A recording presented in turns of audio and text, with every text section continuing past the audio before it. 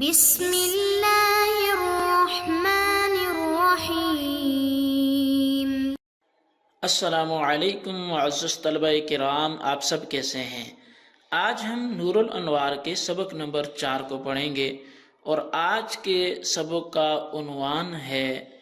اما بعد کا بیان، اور آج کے ہمارے سبق کی عبارت وبعد سے شروع ہوتی ہے۔ آئیے سب سے پہلے عبارت پڑھ کے اس کا ترجمہ کرتے ہیں، اس کے بعد باقاعدہ سبق کی وضاحت کی طرف بڑھتے ہیں۔ مصنف علیہ رحمہ لکھتے ہیں وبعد فلما کان کتاب المنار اوجز کتب الاصول نتنا وعبارتا، پس جب جو کتاب المنار ہے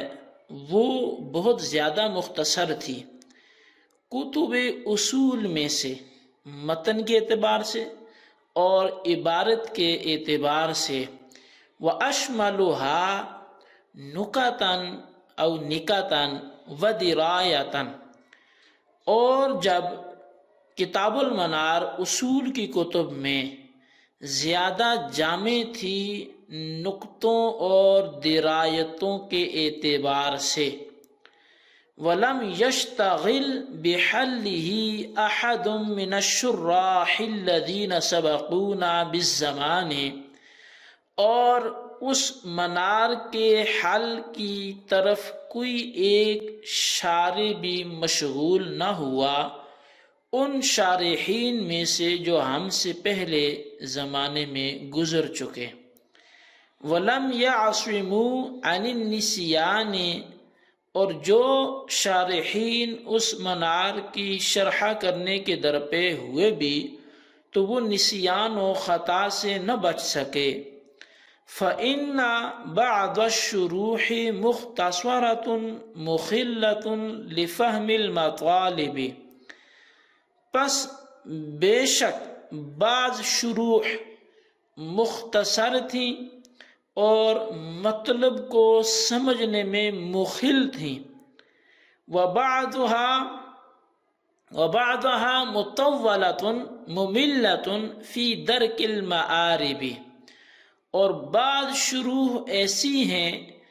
جو بہت زیادہ طویل ہیں، مقاصد کے ادراک میں اکتا دینے والی ہیں۔ جی طلبہ کرام، یہ ہمارے آج کی عبارت تھی اور اس کا ترجمہ تھا۔ اب آئیے اس کی وضاحت کی طرف بڑھتے ہیں۔ مصنف علیہ رحمہ لکھتے ہیں کہ بعد، اب یہ بعد چونکہ ظروف زمان میں سے ہے، لیکن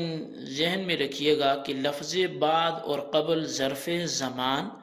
اور مکان دونوں کے لیے مستعمل ہوتے ہیں۔ ظرف زمان کی مثال تو جیسے الغد بعد الیوم،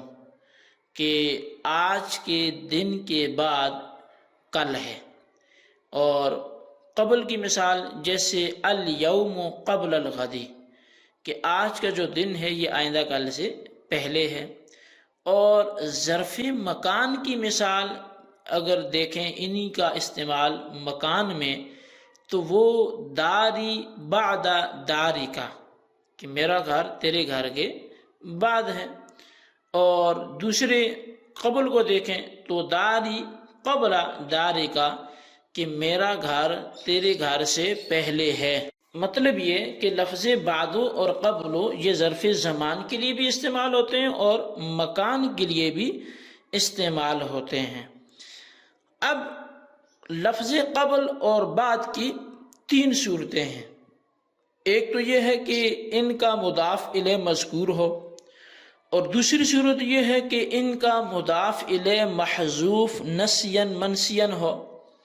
اور تیسری صورت یہ ہے کہ ان کا مضاف الیہ محذوف منوی ہو۔ اب جو پہلی 2 صورتیں ہیں، یعنی ان کا مضاف الیہ مذکور ہو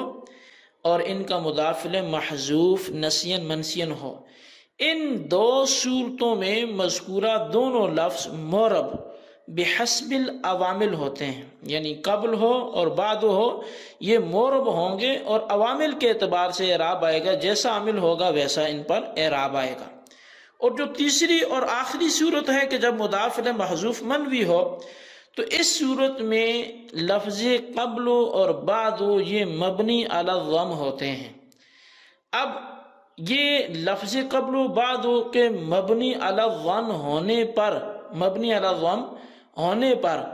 تین اعتراضات ہوتے ہیں کہ لفظ قبل اور بعد جو آخری صورت میں مبنی علی الضم ہیں، یہ ضمہ پر مبنی پر ضمہ ہونے پر تین اعتراضات ہوتے ہیں۔ پہلا اعتراض تو یہ ہوتا ہے کہ قبل اور بعد دونوں اسم ہیں، اور اسماء کے اندر اصل تو یہ ہے کہ وہ سارے کے سارے معرب ہوں، لہٰذا ان کو معرب ہونا چاہیے تھا، نہ کہ مبنی ہونا چاہیے۔ اور دوسری بات یہ کہ اگر مبنی پڑھنا ہی ضروری ہے تو پھر مبنی کے اندر تو اصل سکون ہے، یعنی مبنی کے اصل تو ہے ہی سکون، نہ کہ حرکت کوئی بھی نہ ہو، لہٰذا اگر مبنی بنا کے ان کو پڑھنا تھا تو پھر مبنی علی السکون ہوتے، پھر یہ مبنی علی الضم نہ ہوتے، تو پھر ان کو قبل اور بعد ہونا چاہیے تھا، قبل اور بعد نہیں ہونا چاہیے تھا۔ تیسرا اعتراض انہی کے اسی مبنی پر ضم ہونے پر وہ یہ ہوتا ہے کہ اگر مجبوری تھی کہ حرکت پر ہی ان کو مبنی کرنا ہے، تو پھر حرکات میں جب چونکہ مبنی کو حرکت دی جاتی ہے تو وہ دی جاتی ہے جو اخف الحرکات ہو، یعنی جو سکون سے زیادہ تر قریب حرکت ہو، اور وہ سکون کے قریب جو ہے وہ فتح ہے، چونکہ فتح الف کا بھائی ہے اور الف میں سکون ہے، تو لہٰذا اب یہ فتح جو ہے وہ دینا چاہیے تھا، یہ مبنی بر فتح ہوتے، مبنی علی الفتح ہوتے، یہ مبنی علی الضم نہ ہوتے، تو لہٰذا ان کو مبنی علی الضم بنانا یہ کسی بھی صورت میں سمجھ نہیں آتا۔ تو سب سے پہلے اعتراض کا جواب اگر ہم دیں تو وہ یہ ہے کہ جب یہ اسماء ہیں، ان دونوں کے اندر جو ہے اصل یہ ہے کہ یہ اسم ہیں، تو جواباً یہ عرض ہے کہ جو اسم مبنی الاصل کے مشابہ ہوتا ہے، یعنی جو اسم بھی مبنی الاصل کے مشابہ ہوتا ہے وہ مبنی ہوتا ہے، اور مبنی الاصل کے مشابہ جو ہیں، مبنی الاصل خود جو ہیں وہ تین چیزیں جیسے فعل ماضی ہے، امر حاضر ہے، تمام حروف ہیں، اور لفظ قبل اور بعد اپنے مضاف الیہ کی طرف محتاج ہونے میں حروف کے مشابہ ہیں، یعنی جس طرح حروف بغیر دوسرے کلمے کے ملائے اپنے معنی پر دلالت نہیں کرتے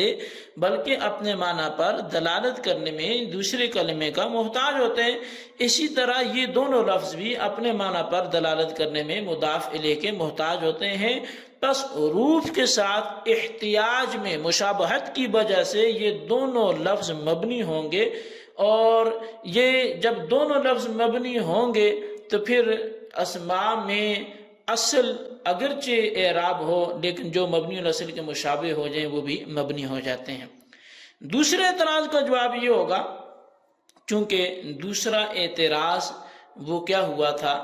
دوسرا اعتراض آپ نے سنا کہ وہ یہ تھا کہ ان کو مبنی علی السکون ہونا چاہیے تھا، جو مبنی علی الضم کس لیے ہیں، مبنی علی الحرکت کس لیے ہیں۔ تو دوسرے اعتراض کا جواب یہ ہے کہ مبنی کی دو قسمیں، ایک مبنی الاصل ہے، دوسری مبنی بالعارض ہے۔ مبنی بالاصل تو مذکورہ تینوں چیزیں ہیں، یعنی تینوں چیزیں مبنی الاصل ہیں، اور مبنی بالعارض وہ ہے جو مبنی بالاصل کے مشابہ ہو، اور سکون مبنی بالاصل میں اصل ہے نہ کہ مبنی بالعارض میں، یعنی کہ مبنی بالاصل میں سکون اصل ہوتا ہے، مبنی بالعارض میں سکون اصل نہیں ہوتا۔ پس لفظ قبل اور بعد چونکہ مبنی بالعارض ہیں اس لیے ان میں سکون اصل نہیں ہوگا۔ اور تیسرے اور آخری اعتراض کا جواب کہ جب حرکت دینی تھی تو فتح دیتے، وہ یہ ہے کہ لفظ قبل اور بعد دونوں لازم الاضافت ہیں، مگر ان کا مضاف الیہ محذوف ہوتا ہے، پس مضاف الیہ کے محذوف ہونے کی وجہ سے چونکہ ان میں بہت زیادہ خفت پیدا ہو گئی، اس لیے ان کی خفت کو دور کرنے کے لیے ثقیل حرکت یعنی ضمہ پر ان کو پھر مبنی کیا گیا۔ تو یہ ظرف یعنی قبل اور بعد کے حوالے سے ہماری ٹوٹل گفتگو ہوئی۔ اس کے بعد جو ہماری عبارت آج کی اس میں لفظ منار آیا، تو تو چونکہ نور الانوار کے متن کا نام منار ہے تو اس کا ذکر وہاں پہ آیا۔ پھر اوجز ایک اس میں تبدیل کا صیغہ آیا جو کہ واجوزہ سے یہ آتا ہے اور اس کا معنی ہوتا ہے نہایت مختصر، انتہائی بلیغ کلام۔ اور پھر متن آیا تو متن کا معنی بلند اور سخت جگہ ہے، لیکن مجازن اس ہاتھ سے مراد جو ہے وہ منار کا جو کتابچہ ہے وہ مراد ہے، چونکہ وہ محتاج شرح ہے، اس میں مزید وضاحت کی حاجت ہے تو اس لیے اس کو متن بولا گیا۔ پھر نکتن یا نکت، یہ جو ہے نقطے کی واحد ہے، جو نقطے کی جمع ہے، اور اس کا مطلب جو ہوتا ہے وہ مشکل مسئلہ جو دقت نظر سے حاصل ہو اس کو یہ بولتے ہیں۔ بہرحال یہ ہمارے آج کے سبق کے حوالے سے کچھ معروضات تھی۔ آج ہم نے بعدو کے حوالے سے، قبلوں کے حوالے سے گفتگو کی، اور اس گفتگو کا حاصل اپنے رجسٹر پہ نوٹ کریں، بالخصوص ان سوالات کے جوابات دیں۔ سوال نمبر 1 یہ ہے کہ بعدو ظروف زمانیہ میں سے ہے یا مکانیہ میں سے، وضاحت کریں۔ سوال نمبر 2 یہ ہے کہ قبل اور بعدو کا اعراب مبنی ہونے کی وجہ سے باطل ہوا، تو اب یہ مبنی الاصل ہیں یا مبنی الاصل کے مشابہ ہیں، تفصیل سے واضح کریں۔ اللہ تبارک و تعالیٰ سے دعا جو کچھ ہم نے پڑھا سنوں سے یاد رکھنے کی توفیق نصیب فرمائے، آمین بجاہ النبی الامین صلی اللہ علیہ وسلم۔